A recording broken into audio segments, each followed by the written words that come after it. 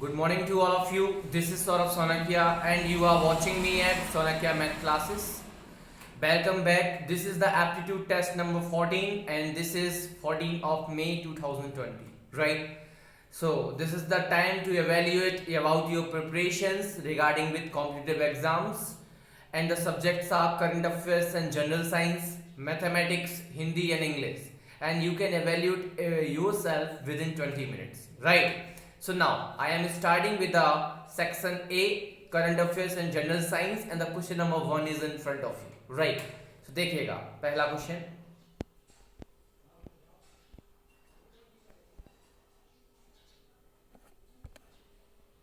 Okay पहला question देखिएगा. Which of the following has won Skytrax Award 2020 for West Regional Airport in India and Central Asia? निम्न में से किसने भारत और मध्य एशिया में सर्वश्रेष्ठ क्षेत्रीय हवाई अड्डे के लिए स्काईट्रैक्स अवार्ड 2020 जीता है? Option number A Tezpur airport, Tezpur हवाई अड्डा. Option number B Kempegowda international airport, Kempegowda अंतरराष्ट्रीय हवाई अड्डा. Option number C Surat international airport, Surat अंतरराष्ट्रीय हवाई अड्डा. And option number D Dhanbad airport, Dhanbad हवाई अड्डा. आपके पास केवल 5 सेकंड का time. Okay so time's up now यहां पर. और इसका सही आंसर है आपका कैंपेगौड़ा इंटरनेशनल एयरपोर्ट, मतलब कैंपेगौड़ा अंतरराष्ट्रीय हवाई अड्डा. इसके लिए आप समझेंगे ये आपका कर्नाटक प्रदेश के बेंगलुरु में ये चारों के चारों ये आपका कैंपेगौड़ा इंटरनेशनल एयरपोर्ट है. इसके अलावा आप लोगों ने सुना होगा सरदार वल्लभ भाई पटेल, एक आपका ये भी इंटरनेशनल एयरपोर्ट यहाँ पर आ जाता है. लेकिन अगर हम यहाँ पे ध्यान रखेंगे जो कैंपेगौड़ा इंटरनेशनल एयरपोर्ट है वो पिछले 4 सालों से लगातार तीसरी बार आपके पूरे के पूरे जो आपके मध्य एशिया और इंडिया में आपका सर्वश्रेष्ठ क्षेत्रीय या फिर आप बोल सकते हैं द बेस्ट रीजनल एयरपोर्ट का क्या जीत रहा है, अवार्ड जीत रहा है. ठीक है चलेगा. हम क्वेश्चन नंबर 2 की तरफ बढ़ते हैं. याद रखेंगे हम पिछले 4 सालों से लगातार तीसरी बार, याद रखेंगे 4 सालों में तीसरी बार कैंपेगौड़ा इंटरनेशनल एयरपोर्ट ही जीत रहा है. चलेगा क्वेश्चन नंबर 2 की तरफ आगे बढ़ते हैं. And question number 2 is in front of you. देखिएगा एक और अच्छा क्वेश्चन आपका. The second phase of Vande Bharat mission will be launched from 16th to 22th May of 2020 to bring back Indian from many countries. कितने देशों से भारतीयों को वापस लाने के लिए वंदे भारत मिशन का दूसरा चरण 16 मई से 22 मई तक लॉन्च किया जाएगा? आपको बताना है वो कितने देशों से आपके इंडियंस को लाया जा रहा है. Option number A 23 countries, option number B 27 countries, option number C 31 countries and option number D 37 countries. 5 second का टाइम. ओके इसका सही आंसर मैं आपको बताता हूं. इसका सही आंसर है ऑप्शन नंबर सी 31 कंट्रीज. तो याद रखेंगे जो ऑपरेशन वंदे भारत था उसमें पहले जब आपके नेवी ने आपका इसको चलाया था जिसमें आपका आईएनएस जलश्वर, आईएनएस मगर आपका कहाँ गया हुआ था, मालदीव के माले से वहां पर लेके आया हुआ था, जो सबसे बड़ा नेवल आपका ऑपरेशन था अभी तक का. अब इसके बाद वंदे भारत को 16 मई से 22 मई के लिए दोबारा से चलाया जा रहा है और 31 देशों से वहां पर रहने वाले प्रवासी भारतीयों को वापस लाने की कवायद है. इसमें रूस, फ्रांस, उज्बेकिस्तान बहुत ही महत्वपूर्ण देश हैं जहां से प्रवासी भारतीयों को लाने का ये ऑपरेशन शुरू किया जाएगा 16 मई से 22 मई के बीच में. चलेगा हम आगे बढ़ते हैं क्वेश्चन नंबर 3 की तरफ. और आप इसमें देखेंगे एक और शानदार क्वेश्चन आपका. Who has authored a new book titled Fear of God? Fear of God नामक पुस्तक के लेखक कौन है? Vikram Seth, option number B Aravind Adiga, option number C Amit Tripathi and option number D बॉम्बदेवरा साई चंद्र वदान. जल्दी से आपके पास 5 सेकंड का टाइम है. Okay so time's up now. इसका सही आंसर देखिएगा तो इसका ऑप्शन नंबर डी आपका इसका सही आंसर है बॉम्बदेवरा साई चंद्र वदान. इनका सरनेम बदान है, कई लोग इनको बदान के नाम से जानते हैं. इनने इससे पहले 2 नोबेल्स और लिख रखे हैं. इनका ये 3rd नोबेल है और जिसका नाम है fear of God. First two novels जो इनके बहुत ही अच्छे नॉवल रहे हैं, बेस्ट सेलिंग भी रहे हैं इनका, जिनका नाम है, पहले नॉवल का नाम है, याद रखेंगे हम, Agniputra, who spokes first, who spokes first, ये आपका पहला नोवेल था, और जो दूसरा नोवेल है वो आपका इनका शत्रु था, और तीसरा novel fear from the God है, याद रखेंगे हम। इनका जो पब्लिकेशन है वो ट्री सेट कर रही है, और साथ में इन्होंने रिसेंटली जो आपका द बुक है, जो आपके बुक सेलर हैं, या फिर हम इन्हीं का नाम ले लें, Baum Debra Sai Chandra Badan has closed the adaptation screening of this book, right. इसने उन्होंने इस बुक का, इस नोवेल का भी जो क्या बोलते हैं स्क्रीनिंग एडेप्टेशन है उसको पर रोक लगा दी है। तो हमें इतना सा याद रखना है कि आपका कौन सा फियर ऑफ गॉड किसने लिखा है, बदान साहब ने। इनका ये शॉर्ट फॉर्म में नाम भी कई बार पूछ लिया जाता है, तो बदान या बदन या वदन याद रखेंगे, थोड़ा बहुत यहाँ पे आपको देखने को मिल जाएगा। और इनका पूरा नाम क्या है तो याद रखेंगे हम, बॉम देबरा साई चंद्र बदान, राइट। चलेगा, हम क्वेश्चन नंबर 4 की तरफ आगे बढ़ते हैं। हमारा हिंदी पोर्शन स्टार्ट होता है। यहाँ पर बताना है आपको पहला क्वेश्चन, रामचरितमानस की भाषा क्या है। पहला option Awadhi, option number B Braj, option number C Khadi Boli, option number D Bhojpuri. जल्दी से सोचिएगा, आपको अपना आंसर देना है। इसका सही आंसर मैं आपको बताता हूं, इसका सही आंसर है अवधी। याद रखेंगे, जो रामचरितमानस है, जो हिंदी रूपांतरण है वाल्मीकि की जो रामायण का, वो हिंदी रूपांतरण रामचरितमानस है, जिसे गोस्वामी तुलसीदास जी ने लिखा है, और इसकी भाषा का उपयोग उन्होंने कौन सा किया है, अवधी भाषा में लिखा है। चलेगा, हम क्वेश्चन नंबर 5 की तरफ आगे की तरफ बढ़ते हैं। और आपके पास में यहाँ पर एक और अच्छा क्वेश्चन, मृगावती किसकी रचना है। Option number A Usman, option number B Manjhan, option number C Qutuban, option number D Jayasi. याद रखें, जल्दी से 5 सेकंड का टाइम आपके पास। ओके, इसका सही आंसर है आपका कुतुबन। याद रखेंगे, कुतुबन ने मृगावती, एक बहुत ही फेमस रचना है जिसको लिखा है। और जायसी की एक बहुत अच्छी रचना जो पूछी जाती है कई बार एग्जाम्स में, वो पद्मावत है। कौन सी है, पद्मावत। वो जायसी, मलिक मोहम्मद जायसी की पद्मावत, और कुतुबन की मृगावती। याद रखेंगे, दोनों बहुत ही इंपॉर्टेंट रचनाएं हैं जो कई बार कॉम्पिटिटिव एग्जाम्स में आपसे पूछी जाती हैं लगातार और कंटिन्यूस तरीके से। चलेगा, हम इंग्लिश के पोर्शन पे आते हैं। क्वेश्चन नंबर 6 आपके सामने आ जाता है यहाँ पर। तो आप देखिएगा यहाँ पर, which of the following is an oxymoron. And option number A bright light, option number B cluster beans, option number C defining silence, और option number D misty eyed. जल्दी से सोचिएगा, 5 सेकंड का आपको टाइम दे रहे हैं। 1 2 3 4 5। चलेगा, इसका सही आंसर आपको मैं बताता हूं। आपने सोच लिया होगा इसका सही आंसर, ऑप्शन नंबर डी है डिफाइनिंग साइलेंस। याद रखेंगे, अब आपको सबसे पहले ये समझना है ऑक्सीमोरन क्या होता है। तो oxymoron is a figure of speech, you can say that in the given sentence or a given phrase where the two opposite or the two antonym words are used in a particular sentence, in a particular phrase, so you can say that here the figure of speech is oxymoron।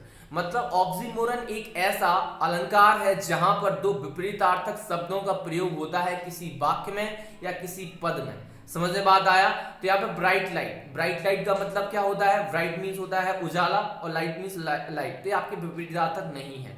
Cluster beans, cluster means होता है एक झुंड, बहुत सारे लोगों का एक समूह। बीन्स आप जानते हो, बीन कोई मतलब अपोजिट वर्ड नहीं आ रहा। मिस्टी आई, मिस्टी मीन्स होता है धुंधली या फिर धुआं हुई, और आई मीन्स जानते हो आंखें, तो ये कोई अपोजिट वर्ड नहीं है। लेकिन डिफाइनिंग साइलेंस, डिफाइनिंग मीन्स होता है जोरदार तरीके से, और साइलेंस मीन्स होता है बिल्कुल शांति तरीके से। तो एक आप समझ सकते हो बहुत शोरगुल और एक बहुत ही शांति, तो ये दोनों कैसे हैं आपस में, एक दूसरे के अपोजिट है। यहाँ पर इसलिए गिवन जो 4 फेज दिए गए थे, जो फ्रेज है, उसमें से डिफाइनिंग साइलेंस में ही आपका ऑक्सीमोरन फिगर ऑफ स्पीच है। हमें याद रखना है इसकी मीनिंग को भी और इसके डेफिनेशन को भी। चलेगा, हम क्वेश्चन नंबर 7 की तरफ बढ़ते हैं आगे। और आपका क्वेश्चन नंबर 7 इंग्लिश पोर्शन का आप देखेंगे यहाँ पर, क्वेश्चन नंबर 7 को देखिएगा और कोशिश करेंगे सभी लोग इसका आंसर करें। Mark the synonym of the given word carcass. Okay, option number A bulk, option number B federation, option number C quality, option number D corpse. 5 second का टाइम, जल्दी से सोचिए। इसका सही आंसर मैं आपको बताता हूं, तो है कॉप्स। अब मैं इसका आपको बताता हूँ क्या है इसका। तो आप देखेंगे कारकास मीन्स होता है, आप अगर कारकास का हिंदी मीनिंग को समझेंगे तो पशु की लाश, पशु का शव होता है। बल्क मीन्स भार होता है, फेडरेशन मीन्स कोई संघ होता है, समूह, संगठन, और क्वालिटी मीन्स गुड होता है, और कॉप्स मीन्स होता है आप समझेंगे शव या लाश। याद रखेंगे कारकास को बोलते हैं पशु का शव और कॉप्स को बोलते हैं लाश। तो आप अब यहाँ पर अगर सेम मीनिंग की बात करें तो सिनोनियम फेडरेशन, बल्क और क्वालिटी तो होगा नहीं, तो थोड़ा सा सेम मीनिंग हमारा जो मैच कर रहा है वो पशु का शव या मानव का शव, लेकिन लाश हो रहा है दोनों के दोनों। मृत शरीर को हम क्या बोलते हैं? लाश बोलते हैं। जो डेड बॉडी उसको कॉप्स बोलेंगे या कारकास बोलेंगे। तो यहाँ पे कारकास का जो सिनोनिम हो जाएगा वो आपका कॉप्स हो जाएगा। चलेगा, मैथमेटिक्स क्वेश्चन पे आते हैं। क्वेश्चन नंबर 8 आपके सामने है यहाँ पर। तो एक और अच्छा question, find the area of equilateral triangle of 20 centimetre side. 20 centimetre भुजा के समबाहु त्रिभुज का क्षेत्रफल है 100/√3 centimetre square, 100√3 centimetre square, 100√3/2 centimetre square, 100√3/4 centimetre square. जल्दी से सोचिए, आपके पास 15 सेकंड का टाइम।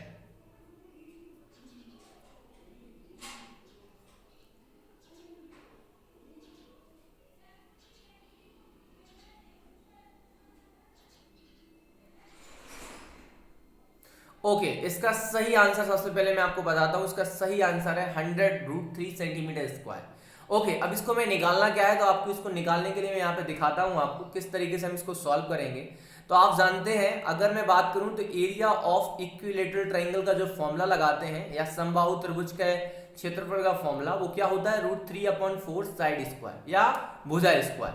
तो आप देखिए √3/4 और आपकी जो भुजा है, जो आपकी साइड है, वो आपको कितनी दे रखी है? 20 सेंटीमीटर। तो 20 का स्क्वायर मतलब 20 × 20, 4 से कितने टाइम कट जाएगा?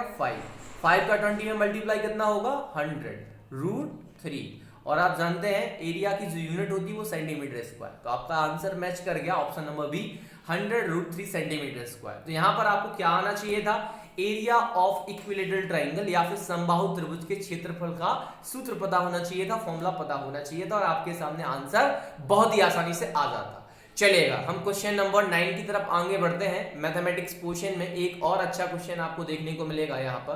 तो देखिएगा यहाँ पर, find the value of 0.125 to the power 2/3।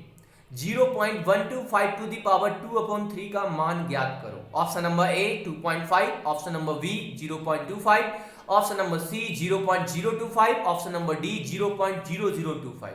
Again 15 second का टाइम।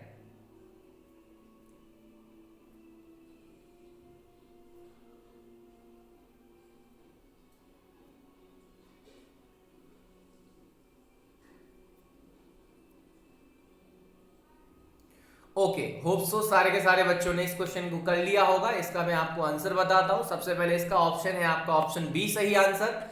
चलेगा, आपको इसको करके दिखाते हैं यहाँ पे।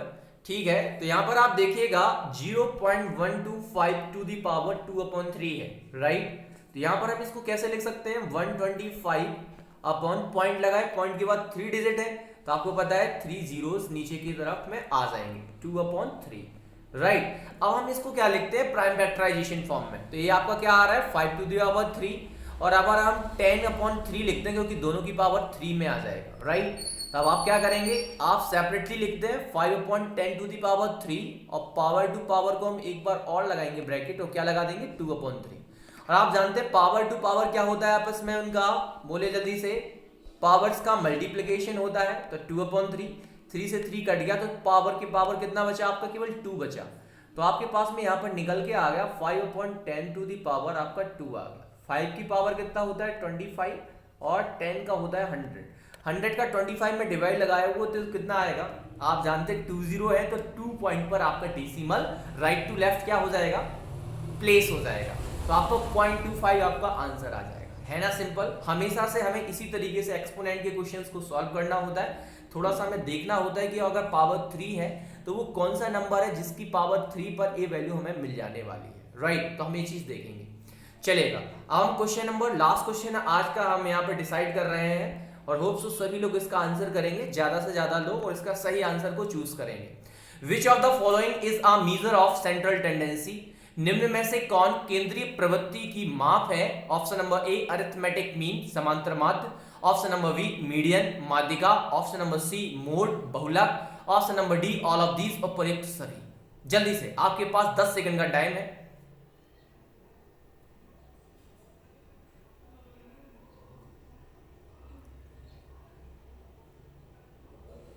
ओके, तो इसका सही आंसर मैं आपको बताता हूं। इसका आंसर सही होगा ऑल ऑफ दीज, क्योंकि अगर मैं बात करूं सेंट्रल टेंडेंसी की, तो आप you know that arithmetic mean, median and mode all gives the measurement of central tendency. That means केंद्रीय प्रवृत्ति, आप समांतर माध्यक, और जो केंद्रीय प्रवृत्ति का कैलकुलेशन है वो 3 तरीके से करते हैं हम लोग, या तो समांतर माध्य से, या फिर माध्यिका से, या फिर बहुलक से। बहुलक क्या होता है? किसी भी दिए गए डेटा का क्या होता है? एक ऐसा पद जिसकी फ्रीक्वेंसी सबसे ज्यादा होती है। माध्यिका के आपके पास में 2 फॉर्मूलेज होते हैं अगर हमारे लिए रॉ डेटा है, समझ में आ रहा है, डिस्क्रीट डेटा के लिए।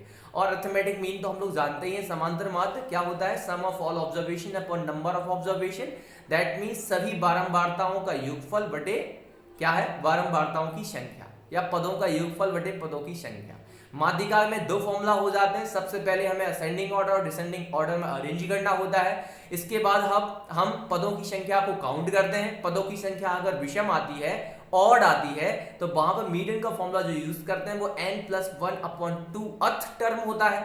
लेकिन अगर पदों की संख्या, या फिर हम बोल सकते हैं नंबर ऑफ ऑब्जर्वेशंस, अगर आपके इवन आते हैं या सम होते हैं, तो वहां पर जो मीडियन का फॉर्मूला लगेगा वो median is equal to n/2th term plus n/2 plus 1th term upon 2, right? This is the way to calculate the value of median. So हम कह सकते हैं कि अगर सेंट्रल टेंडेंसी तीनों के तीनों तरीके से ही हम कैलकुलेट करते हैं, इसलिए यहाँ पर ऑप्शन कौन सा सही होगा? Option number D, right? तो चलेगा। यहाँ पर आपने यहाँ पर देखा पूरे तरीके से, और यहाँ पर होप सो आपके आज ज्यादा से ज्यादा बच्चों ने सारे के सारे करेक्ट किए होंगे। 10 आउट ऑफ 10 मार्क्स आए होंगे। That means your preparations are going in the right direction, right? If is there any problem with any question, so please comment in my comment box in my YouTube channel Sonakya Math Classes, and most of please subscribe my YouTube channel Sonakya Math Classes, and this is my humble request to watch my videos at least. Please give me only 20 minutes for your evaluation, your preparations, right? Thank you.